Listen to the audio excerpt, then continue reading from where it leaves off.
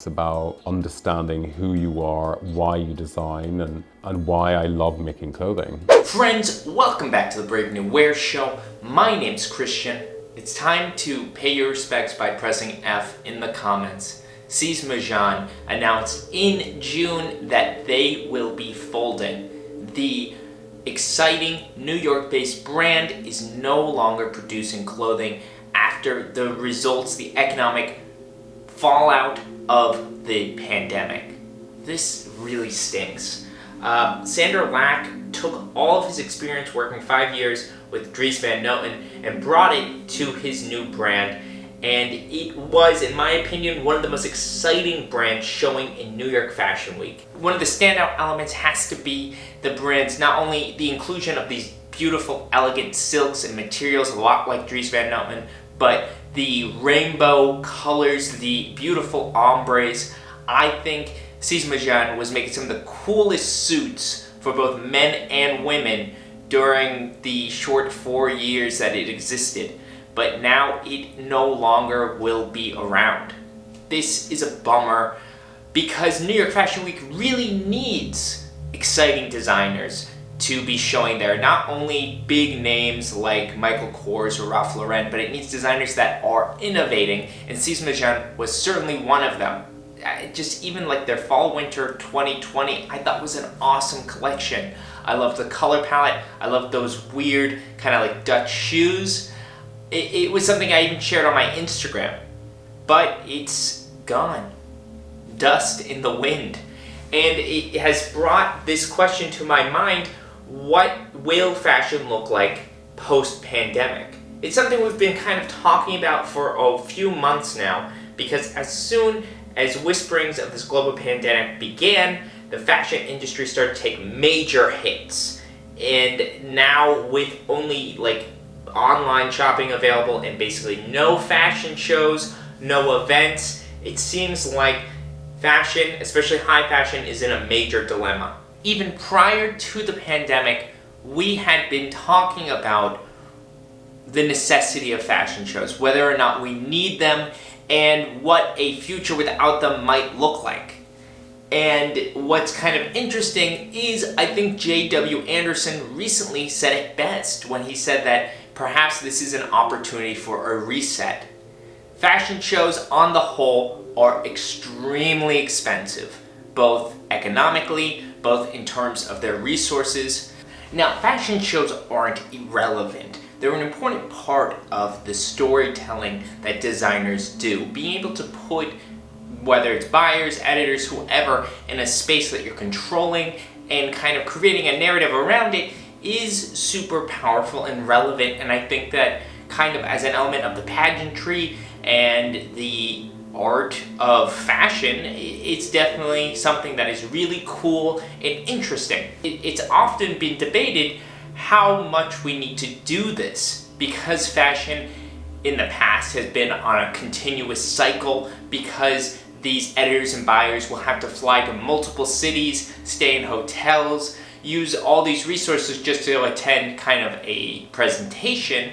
It's questioned whether or not we need to do that. So we've often questioned whether or not there's a better way of showing our collections, or rather designers showing their collections. And one thing that I think is kind of impossible to get away from is that these editors and buyers will need to see these clothes in person. If you're planning on doing a shoot or collection, if you're planning on including specific designers' clothes at your store, you want to physically see the garments, because the buyer is ultimately going to see them, and you want to know maybe how they're going to photograph if you do a shoot with them. So that is kind of an element that will need to continue in some form. We can't digitize all of fashion, especially at these higher levels. And from my own experience, I know editors will see a collection in person at a runway show, and then they will likely see the collection or pieces in a showroom, and then likely they will see the collection again when it is sent to the fashion closet and they do their run-throughs before deciding what to shoot in an editorial. But that's 3 times that they're seeing these garments before making these kind of decisions. I can imagine we should be able to cut some of that out.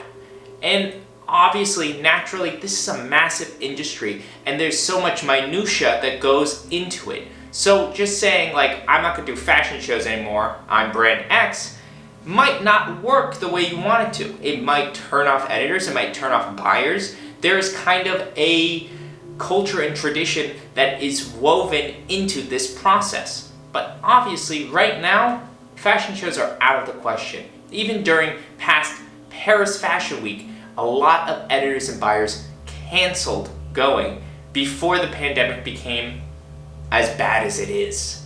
So the effects are already felt. And now we're kind of in a situation where the normal kind of very physical and social components of fashion are being challenged and they can't really continue as they are. Enter the young sapling designer, J.W. Anderson. Recently, J.W. Anderson announced and kind of released materials revolving around his spring-summer 2021 collection. And it wasn't through a show, and it wasn't even through kind of a showroom, fashion show-esque thing. Instead, what J.W. Anderson is doing is he created these physical packets that are being sent out, I assume, to buyers and editors. This is really interesting. Not only do we see a very exciting and young fashion designer kind of leading the way here, but clearly, watching the video, he's paying a lot of attention to how to continue his brand and fashion in general during the pandemic. Because the post-pandemic, whenever we reach that point, is likely going to look a lot different than the world we knew before. It's uncertain how or when we'll be able to group in large gatherings again, when that will be safe. He's really interested in kind of pulling from culture that previously was focused on DIY and sending mail and connecting to people in these kind of very physical and isolated means. This moment is being kind of good to sort of embrace new ways of being able to communicate. I think going back to the making of like letter writing or really kind of exploring how to kind of present information has been something that I think has been really kind of at some moments poignant. Everything about it revolves around this idea of craftsmanship, of DIY, of creating things yourself. Look at the pom-poms and the patchwork designs. JW, the man, mentions that a lot of the designs were actually inspired by leftover materials that they already had. And that obviously influences the way that the collection looks. Another interesting element JW talks about in the video is how instead of being able to design and drape on physical real models, they had to use mannequins, and that does influence the way the design looks. That designers are going to have access to a litany of models to create their designs on. Their preferred muse might be on another part of the planet and literally can't be accessed. So who should we look forward to? What designers or brands might also step up in the near future and continue to release collections, show new things, and kind of inspire us, regardless of the fact that a fashion show seems impossible right now? My eyes are, my eyes are kind of on Raf Simons right now with Prada. It was a huge announcement. It was kind of an exciting element, and we were all anticipating what they would do for their new collection come this September. Is that completely on pause? I have no idea. I wasn't able to find new articles about what Prada is planning or doing. But knowing Raf Simons, his obsession with youth culture and his drive to constantly be creative and innovate, I could see him leading the way in presenting a Prada collection in a completely unconventional way. Maybe this will be a godsend for Prada. They brought on Raf Simons during a year where they were already doing financially well. I think I read in the New York Times that their sales increased by like 4% in 2019, which is huge for such a big brand. And they still brought on Raf. They didn't need a shakeup. They wanted to bring it in. But if Raf Simons is able to kind of rise to the occasion, meet this pandemic, and do something unique and bizarre in a way that is kind of in his wheelhouse, perhaps Prada will be another brand that leads in a post-pandemic world. Another speculation, I don't know. I would also like to see other small brands, ones that are just starting out, and even ones that don't do fashion shows right now or maybe ever. I would like to see them step up as well. What comes to mind to me is Bode. Bode is making massive waves. They have for the last 3 years or so, and they haven't ever done like a traditional runway or new collection, especially because Bode's clothings and designs also reference kind of homespun DIY elements themselves. Like every piece kind of has that imbued element. So that's it for today, guys. Let me know what you think down below. Is there kind of a designer who's leading in a post-pandemic or current pandemic world that I didn't mention? Are there designers that you think come this September are going to surprise us with collections that are shown in a very different light? And if you're loving this content, I strongly encourage you guys to consider joining the Patreon.